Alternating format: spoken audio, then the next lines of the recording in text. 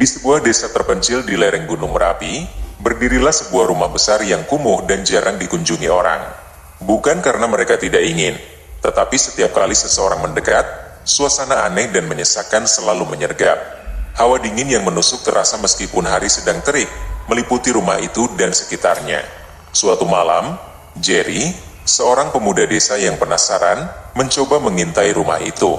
Dari balik rerimbunan pohon, dia melihat sesuatu yang membuat bulu kuduknya berdiri.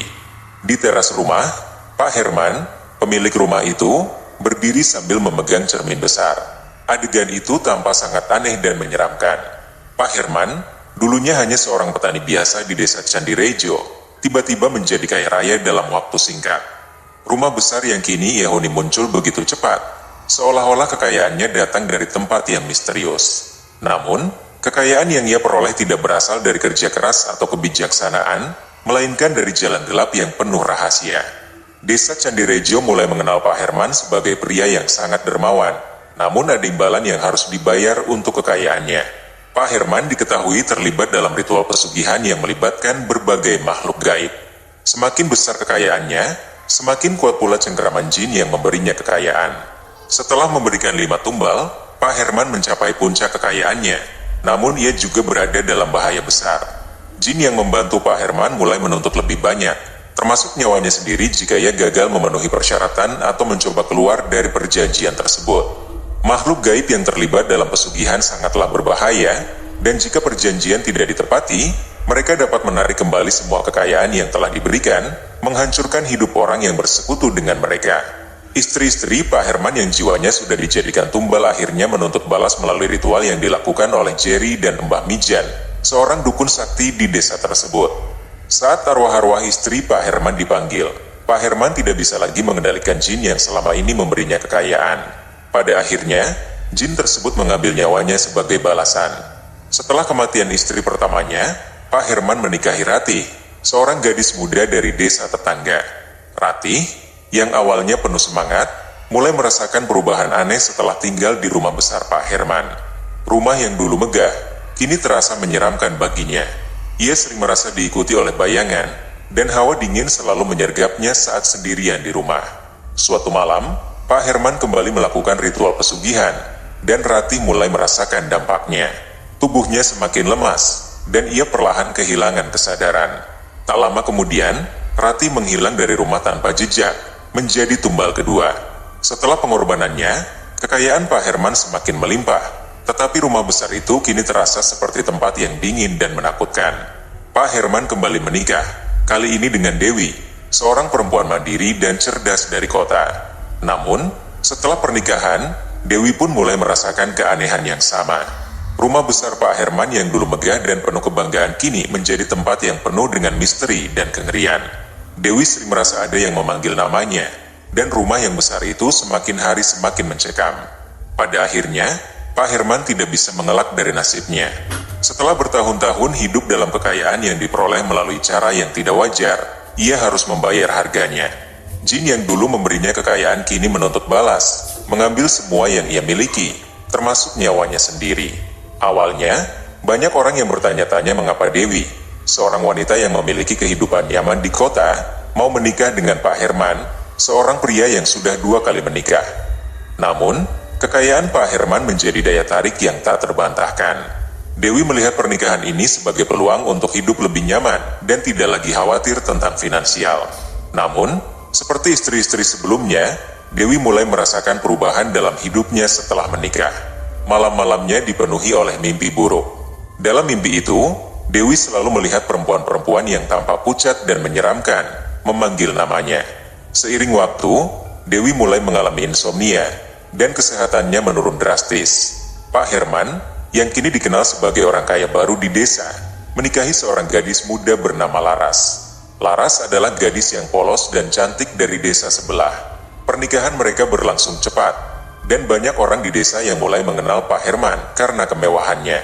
Namun, seperti yang terjadi pada istri-istri sebelumnya, Laras juga mengalami hal-hal aneh yang dirahasiakan oleh Pak Herman. Pada suatu malam, Laras melihat bayangan besar yang tak pernah dilihatnya sebelumnya dalam cermin di kamar. Dalam cermin itu, Tampak bayangan samar perempuan-perempuan yang pucat dan menyeramkan memanggil namanya. Laras ketakutan dan lari keluar rumah. Namun, beberapa hari kemudian, dia menghilang tanpa jejak. Laras menjadi tumbal keempat, dan kekayaan Pak Herman semakin meningkat pesat setelah pengorbanannya. Santi, istri kelima dan terakhir Pak Herman, adalah seorang gadis lugu dari keluarga sederhana. Namun, nasibnya tidak jauh berbeda dari istri-istri sebelumnya. Santi mulai merasakan tubuhnya semakin lemah setiap hari, dan kesehatannya menurun drastis. Suatu malam, saat ia berada di kamar, ia mendengar suara aneh dari dalam lemari. Ketika ia membuka pintu lemari, Santi melihat Pak Herman berdiri di depan cermin besar yang sama dengan yang dilihat Laras. Dalam cermin itu, Santi melihat bayangan Sofia, Ratih, Dewi, dan Laras, perempuan-perempuan yang telah menjadi korban sebelumnya, memanggil namanya. Santi yang ketakutan tidak bisa melarikan diri, dan akhirnya ia menjadi tumbal terakhir. Pak Herman, yang kini memiliki kekayaan melimpah, merasa cemas. Meski ia telah memenuhi semua persyaratan pesugihan, ia mulai merasakan kehadiran sesuatu yang mengerikan. Pak Herman mulai dihantui oleh mimpi-mimpi buruk yang semakin sering datang.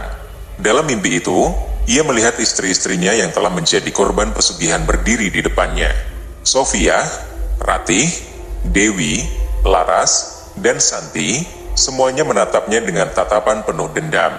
Bayang-bayang gelap mulai mengintai hidupnya, dan kekayaan yang dulu menjadi kebanggaannya kini berubah menjadi kutukan. Pada akhirnya, Pak Herman tidak bisa melarikan diri dari nasib tragis yang telah menantinya. Jin yang selama ini memberinya kekayaan mulai menuntut lebih banyak, termasuk nyawanya sendiri.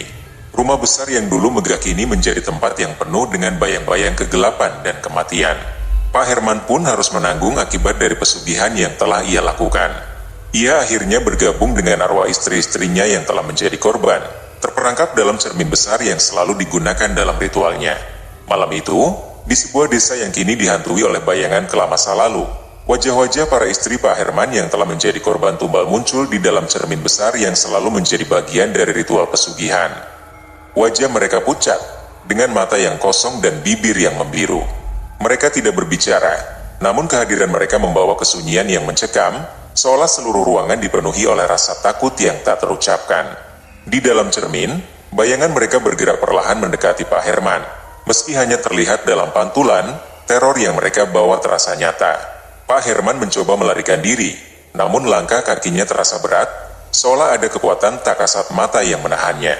Dalam kepanikannya, ia berusaha memanggil bantuan, namun suaranya tak bisa keluar. Arwah-arwah istrinya semakin dekat, membuat hawa dingin yang menyelimuti tubuh Pak Herman semakin menusuk. Cermin besar itu tiba-tiba memancarkan cahaya kelam, menarik seluruh ruangan ke dalam kekosongan yang mencekam. Pak Herman merasa seluruh kekuatannya tersedot. Jiwanya perlahan-lahan terlepas dari tubuhnya, ditarik oleh kekuatan gaib yang selama ini ia gunakan untuk meraih kekayaan. Di tengah kegelapan, dua orang yang mengetahui kebenaran tentang pesugihan Pak Herman, Jerry dan Mbah Surti, memutuskan untuk melakukan ritual pemanggilan arwah. Mereka sadar bahwa satu-satunya cara untuk menghentikan teror yang menghantui desa adalah dengan memanggil kembali arwah para istri Pak Herman yang telah dijadikan tumbal, dan mengakhiri pengaruh gaib yang selama ini menyelimuti desa. Mbah Surti, seorang dukun yang sangat berpengalaman dalam ilmu hitam dan cara-cara menghadapi kekuatan gaib, memulai persiapan ritual dengan mengumpulkan berbagai bahan mistis. Kemenyan dan dupa khusus dibakar untuk membuka gerbang alam gaib, kembang 7 rupa sebagai simbol pemanggilan roh halus, serta air dari 7 sumur keramat digunakan untuk menetralisir kekuatan jahat yang mengikat arwah-arwah tersebut. Sebuah keris pusaka, yang telah diwariskan turun-temurun dan dipercaya memiliki kekuatan magis, dipersiapkan untuk memutus perjanjian gaib yang telah dibuat Pak Herman. Saat ritual dimulai, energi mistis mulai memenuhi ruangan. Cermin besar yang selama ini menjadi media Pak Herman untuk berkomunikasi dengan jin pesugihan, mulai bergetar hebat. Bayangan-bayangan samar dari arwah istri-istrinya kembali muncul, namun kali ini mereka terlihat lebih jelas, dengan tatapan penuh dendam yang menghujam langsung ke dalam hati Pak Herman. Ketika Mbak Surti mengarahkan keris pusaka ke arah cermin, arwah-arwah tersebut mulai merintih, seolah-olah kekuatan gaib yang mengikat mereka perlahan-lahan melemah. Pak Herman yang masih berada dalam cengkeraman kekuatan cermin, mulai merasakan jiwanya terlepas. Dia mencoba melawan, namun sia-sia. Akhirnya, dengan satu gerakan tegas, Mbak Surti menusukkan keris ke dalam cermin, memutuskan semua ikatan gaib yang telah mengikat desa dan Pak Herman. Cermin besar itu pecah berkeping-keping, dan dari pecahan cermin tersebut, arwah-arwah yang terperangkap akhirnya bebas. Pak Herman, yang kini telah kehilangan semua kekuatannya, jatuh tersungkur. Rumah besar yang selama ini menjadi simbol kemewahannya kini hancur bersama dengan semua kekayaan yang diperoleh dari pesugihan. Desa yang telah lama terperangkap dalam bayangan kegelapan, perlahan-lahan kembali normal, meski kenangan akan teror yang pernah terjadi masih membekas di hati penduduknya. Namun, bagi Pak Herman, nasibnya sudah diputuskan. Arwah-arwah yang pernah ia korbankan kini membawanya ke dalam kegelapan abadi, menjadi bagian dari bayang-bayang yang pernah ia ciptakan sendiri. Malam itu adalah malam Jumat Kliwon, sebuah malam yang dianggap paling sakral untuk melakukan kontak dengan dunia gaib dalam tradisi Jawa. Di rumah besar Pak Herman, Jerry dan Mbak Surti mempersiapkan ritual yang akan memanggil arwah-arwah istri Pak Herman yang telah menjadi korban tumbal pesugihan. Cermin tua, yang selama ini menjadi media komunikasi Pak Herman dengan dunia gaib, diletakkan di tengah ruangan. Cermin itu bukanlah cermin biasa. Ia menyimpan kekuatan untuk berhubungan dengan dunia lain dan menjadi gerbang antara dua dimensi. Mbak Surti, seorang dukun berpengalaman, memulai ritual dengan membakar kemenyan di setiap sudut rumah. Asap kemenyan mengepul tebal, menciptakan suasana mistis dan mencekam. Mantra-mantra kuno yang hanya dipahami oleh mereka yang menguasai ilmu spiritual Jawa diucapkan oleh Mbak Surti dengan penuh konsentrasi. Di depan cermin itu, Mbak Surti berdiri tegak dengan keris pusaka di tangannya. Ia siap menghadapi segala hal yang mungkin muncul dari dunia lain. Angin yang tadinya tenang mulai bertiup kencang, pintu-pintu berderak, dan bisikan-bisikan samar terdengar dari dalam cermin. Jerry, yang berdiri di samping Mbak Surti, merasa ketegangan semakin memuncak. Dalam cermin, bayangan samar arwah-arwah istri Pak Herman terlihat. Mereka berusaha keluar dari penjara gaib yang telah mengurung mereka sekian lama. Dengan suara yang tegas dan penuh keyakinan, Mbak Surti memanggil mereka, memerintahkan mereka untuk membebaskan diri dan menuntut balas kepada Pak Herman. Ketika mantra pemanggilan selesai, pintu antara dunia manusia dan dunia arwah terbuka lebar. 5 arwah istri Pak Herman akhirnya berhasil keluar dari cermin. Namun, mereka bukan lagi sosok yang lemah dan tertindas. Kini mereka adalah roh-roh yang dipenuhi dendam, bertekad untuk menuntut keadilan atas penderitaan mereka. Pak Herman yang menyaksikan semuanya dari dekat, mencoba melarikan diri. Namun, kekuatan gaib yang dilepaskan oleh cermin menahannya. Arwah-arwah istrinya menyeretnya ke dalam cermin, menariknya ke dunia gaib yang penuh dengan penderitaan. Setelah Pak Herman menghilang ke dalam cermin, rumah besarnya menjadi sunyi. Warga desa, yang selama ini takut mendekati rumah tersebut, akhirnya memberanikan diri untuk memasukinya. Di ruang utama, mereka menemukan cermin besar itu, namun tidak ada jejak Pak Herman dimanapun. Kabar tentang menghilangnya Pak Herman secara misterius segera menyebar.